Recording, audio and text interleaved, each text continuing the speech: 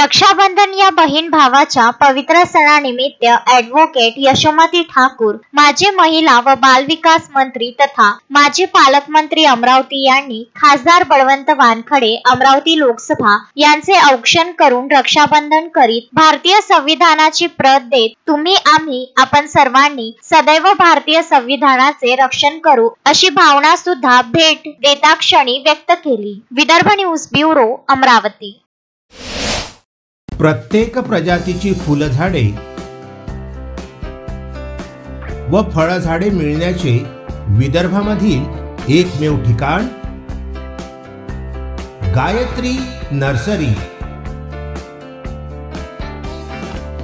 Datta colony, Badnera road, Amravati.